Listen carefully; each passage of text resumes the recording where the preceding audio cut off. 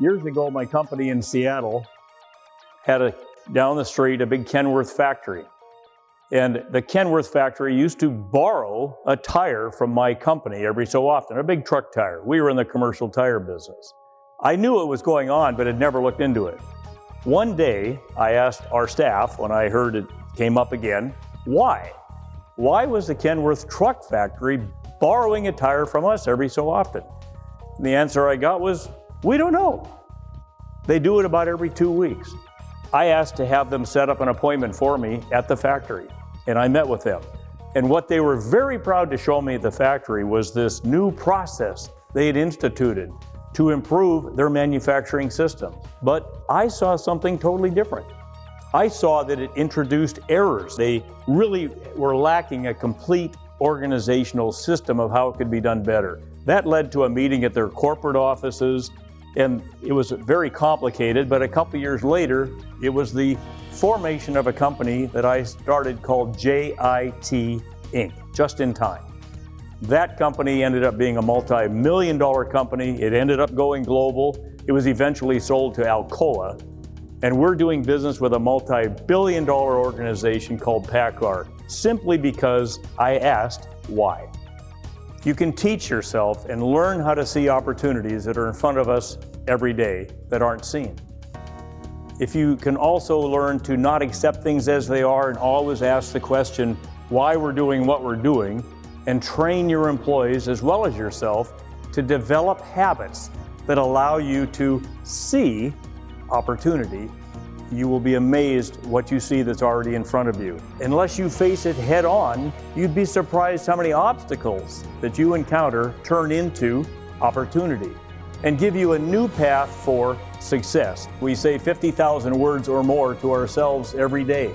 And add to that, we make roughly 35,000 decisions, choices every day. 300 of those are simply what we're going to eat that day. But most of them are subconscious decisions, riding a bike, walking, things that you don't have to think about while you're doing. But if you can learn to channel that self-talk to be positive, you will improve your success, your trajectory in life. I want to tell you a story about a customer I called on one time and how this relates to self-talk and self-discipline. I wanted to do business with a customer. I drove in the parking lot. I'd never been there before. I went in to see this person. I've never met somebody as rude. It was the most bizarre call I've ever made in my life.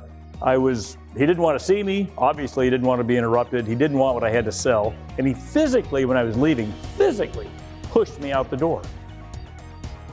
I left, but I always had a habit that I developed, my self-discipline. When am I going to follow up? I put it down for 6 months. Well, 6 months goes pretty fast. 6 months later, I'm with United Parcel Service, one of our biggest customers. We had a great relationship with them. It was late in the afternoon. I left there. I wanted to go back to my office, but I looked down and I have this call to make that I'd put down 6 months earlier. I turned the wheel. My staff started calling these stories wheel jerk stories. I walked in, asked for Joe. I was told he was fired 2 weeks before. A new person was there. I met the new person, and he was elated to see me. He didn't want to do business with the company that my competitor that they were doing business with. I ended up getting that account that day. That doesn't happen very often. But the story is how many people would have ever followed up. When I looked down and saw that I was going to make that call, in my mind, my self-talk is the chances of getting anything positive out of this are just about as close to zero as they could ever be. But I had the self-discipline and the self-talk to know I've got to follow up, I've got to make it happen, and I did. And it was a brand new customer. The point is, if you do nothing, nothing is going to happen.